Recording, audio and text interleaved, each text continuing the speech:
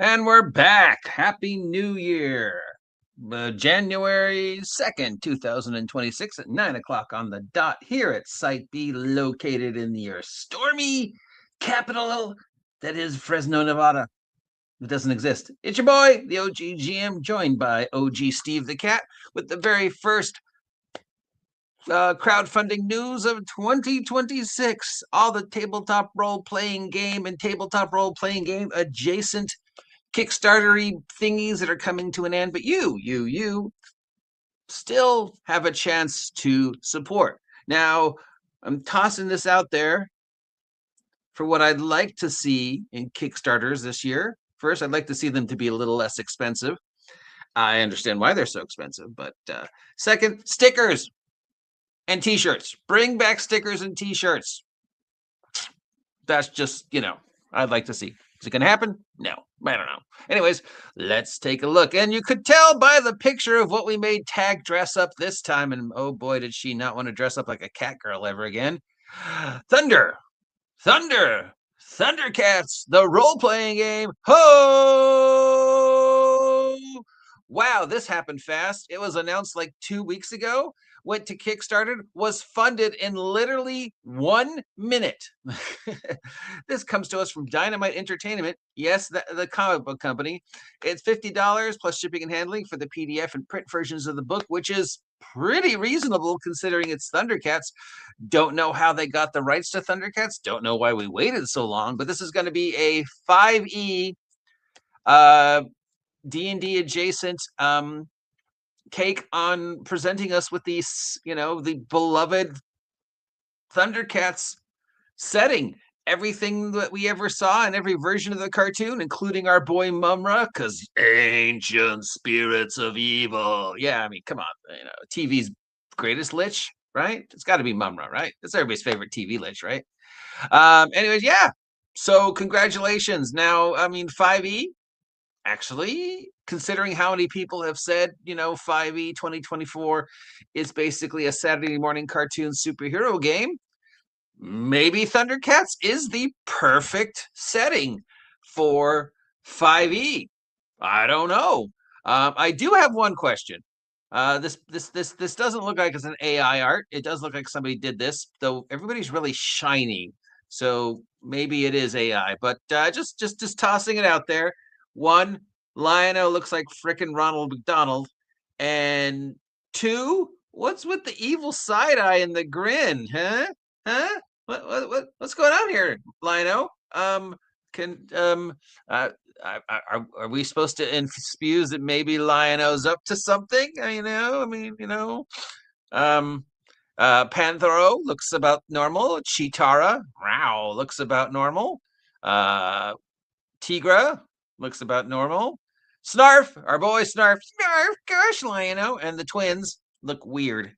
Yeah, the twins look weird. And the cover looks kind of weird too. Oh, I don't want to say AI, but this is just really weird looking. And why are they so shiny? Anyways, $50 for something that would, normally be like $200. Is there a market for a Thundercats role-playing game in 2026? Or is it too late considering the franchise is what, like 30 years old? Still, who amongst us has not done the Thundercats charge at least once? I mean, or the Mumra charge at least once, right? I mean, come on, Thunder, Thundercats, ho! Anyways, yeah, moving on. Toon, second edition. Man, this is considering how long this process has been hanging around on the shelves of Jeeves Jackson games. Why did you wait so long to release a second edition? Did you just invest way too much money in the card game and GURPS and forget that this was, out there? Or did you think it wouldn't sell? Well, they're trying to get it out there. Again, it's $35. Wow, $35 for the PDF and soft cover of the book. That's unbelievably realistic. If I ever thought I was going to run it, I'd probably back it. But yeah, no, I'm never going to run it. So yeah, and I could do toon or just silly cartoon in any system. Anyways, it's Saturday morning cartoons, Warner Brothers cartoons, Hanna-Barbera cartoons, anthropomorphic animals, anthropomorphic inanimate objects. Oh, Dick Dastardly from the Wacky Racers. I just watched a documentary on the Wacky Racers cartoon last night. How weird is that? And now there's Dick Dastardly. Yeah, that's so weird because I just watched like a hour-long documentary on the Wacky Racers. Who here remembers the Wacky Racers? Yeah. So yeah, toon. Don't know. Maybe. Sure. Why not? From Orange Cat Games, we have Tomb of the Ancient Moor Knight. We've been seeing this art style before. This sort of weird, almost comic booky. Everybody's a halfling, and they're getting attacked by decomposed hands. That's kind of cool. A swarm of crypt crawlers attacking the party. Yeah, that's cool. This does look like it's not AI. This does look like it's painted. Maybe. I mean, it's very specific style. Let's count the fingers. 1, 2, 3, 4, 5. 1, 2, 3, 4, 5. Wait. No. 1, 2, 3, 4, 5. Okay. Yeah, I'm gonna say this is live. Yeah. So this is a $30 adventure for D20. Where you go, I guess, through a swamp to go to the tomb of the ancient Moor king. Moor, another name for swamp. Definitely looking at, look at this. This is like a swamp or something. Or actually, this looks like a half swamp, half cave. And they're getting attacked by these decapitated hands. I don't know. I'm curious. $30 for an adventure, though, seems a little pricey, but hey. For OSE or D20 from Bird Enough Books and Games, spelled BIRDENUF. Okay, that might be the first winner of the 2026 best name for a game company. We have Adventures in the Mist, the Land of Mist Gazetteer and Campaign, $30, unbelievably reasonable for D20. It's a setting called the Land of the Mist, but not Ravenloft, a different Land of the Mist, where it gives you a gazetteer, maps, what's going on in this weird place, why it's there, why are you there? Is it part of the world? Is it separate? Is this just a vague attempt to do Ravenloft without calling it Ravenloft? Oh no, it's not Ravenloft. It's just a mysterious setting that's inside a mist where things happen that are vaguely horrific. But it's not Ravenloft. It's the Land of the Mist. Anyways, for $30, sure, why not? Good luck, Bird Enough. Just because that awesome name, you win. Meshline from Nubura, Nerdura. Oh, Nerdura. Okay, I get it. It's Nerd, Nerd, Ura. All right, for $2, you win. This is a one-page trifold pamphlet RPG designed for Cyberpunk. It could be a solo Cyberpunk crawler, or you could maybe play with some others. Basically, it's I don't know what a Cyberpunk crawler would be. Would that be like just wandering around the Cyberpunk city, city crawler, or would it be wandering? I mean, yeah, I guess if it's underground or just so compacted, as we often see Cyberpunk cities portrayed, it could technically be a dungeon, even though it's not underground. But still, we're talking tight corridors, maze-like structures, layers upon layers of just stuff. Some of it has just fallen into antiquity. Yeah, I mean, come on. For $2, I'm curious just to see how you would do a Cyberpunk crawler, whether it be solo or otherwise. From our friends over at Bloat Games, we have Meddling with Monsters for $19 for the PDF and POD. This is a Scooby-Doo-esque role-playing game, which is weird because Scooby-Doo Mystery Incorporated is one of my favorite cartoons that's come out on the Scooby-Doo franchise. It's the best of the Scooby-Doos. If you have Netflix or have the chance to watch the 2 seasons of Monsters Incorporated or Mystery Incorporated, not only is it the best Scooby-Doo cartoon ever, but it explains all the Hanna-Barbera for kids and a mascot so well. It's just, yeah. So a Scooby-Doo game. considering how many times we've called D20 horror. Scoop. Ooh, a comment already. Hello. Good morning. It's Zanrian waving. Hi, Zanrian. Thanks for hanging out. Please like, please share, please subscribe, please buy my merch. Please have a great day and a happy new year. We appreciate you, Zanrian13. Yeah, so how many times have we heard people say 5e horror is basically Scooby-Doo, right? Well, you can't really get hurt, so it's Scooby-Doo. It's just, it's so now we finally have a 5e-esque Scooby-Doo game. Is there a market for this? I mean, it's been a long time since we've seen a 4 meddling kids and a pet animal. Other than, is there a current version of Scooby-Doo in process? I don't think there is.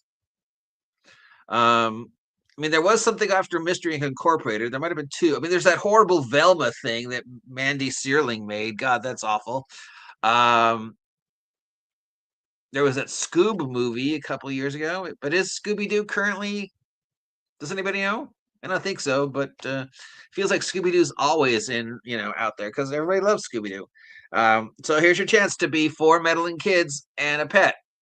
Of course, that means you're limited to 5 players. Yeah, I mean, come on, it's Scooby-Doo. How can you not? And $19? That seems unbelievably reasonable. Yeah, so Scooby-Doo for 5e. I mean, can Scooby-Doo, is Saturday morning cartoons the best settings for 5e? Because Bloat Games basically uses D20. And we already know this. Again, why so shiny? Real people don't shine like that. They look plastic. I don't want to accuse them of AI art, but they look plastic. They don't look real. And what's with this? Yeah. I mean, I'd want to support this, except part of me feels it's too late. Part of me feels it doesn't need its own system. It could just be a setting book for, I don't know, Savage Worlds or 5e. Oh, it is a setting book for 5e, so there you go. But that broaches a bigger question. Everybody has accused 2024 D&D of being a Saturday morning cartoon. That has been one of the major complaints about how it's basically harmless now, and it's a mockery of itself, and it's not D&D anymore. Therefore, is D20 2024 best used emulating Saturday morning cartoons? And will we see more? I know there's a Godzilla role-playing game coming out. I don't know if that's going to be 20. I don't know how many licenses are available. Yesterday was public domain day, which means, amongst others, the 1933 version of The Shadow is now public domain, and Nancy Drew is now public domain. Does that mean we'll see a Nancy Drew horror movie or PAWN film, since we know all the other public domains have gone to horror films first? I mean, there's the Popeye horror film. There's, I guess, yeah. So, and The Shadow, the 1933 take on The Shadow, anyways. But as more and more licenses become public domain, will we see more and more 5e Saturday morning cartoons? And is that the best genre for 5e? Maybe it is, intentionally or unintentionally. Maybe 5e is the best engine to run Saturday morning cartoons, to run Thundercats, to run Scooby, to run Wacky Racers, to run whatever. I don't know. What do you think? Anyways, if any of those sound funky to you, and I'm sure there'll be a Nancy Drew adult movie, Zerion, if there hasn't already. Oh, I've got to solve this mystery. Sinkies, considering how many Scooby-Doo ones there are.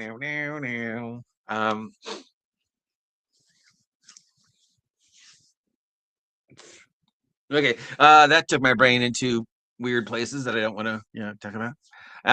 Yeah, it's all right. Anyways, if you're interested in any of the things I just mentioned, linked in the description. If you want to support the OGGM in 2026, please head on over to DriveThru and pick out my 2 games. They're both still marked down, pay what you want till the end of today, or till whenever I remember to change them to whatever price I want to charge them. Probably $4. I don't know.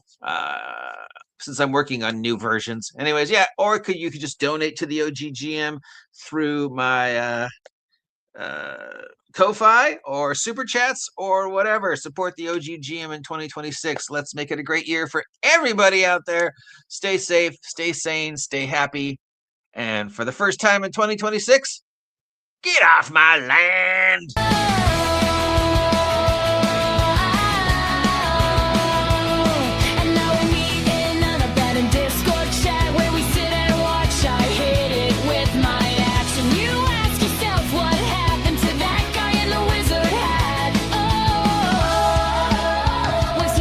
One